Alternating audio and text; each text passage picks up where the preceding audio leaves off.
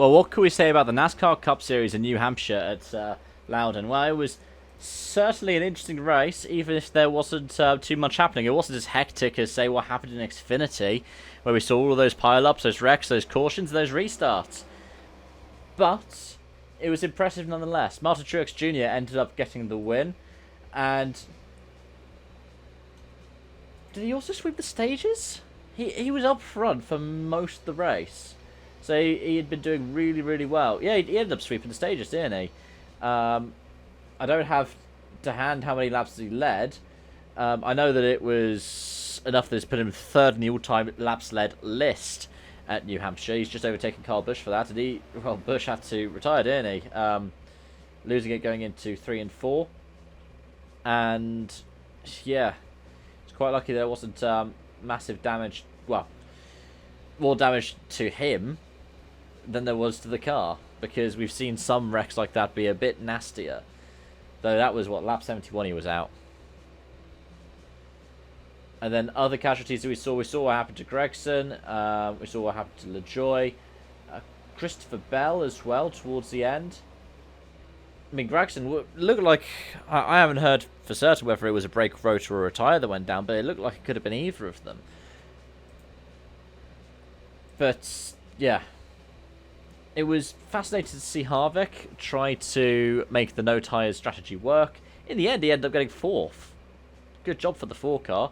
Brad Keselowski in 5th. That was a good run for him.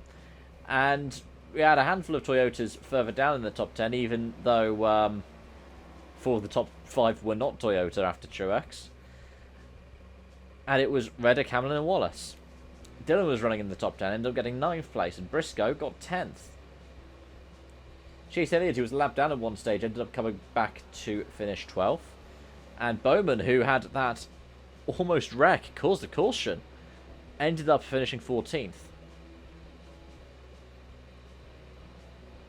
But what's going to be interesting now is what this does to the cut line.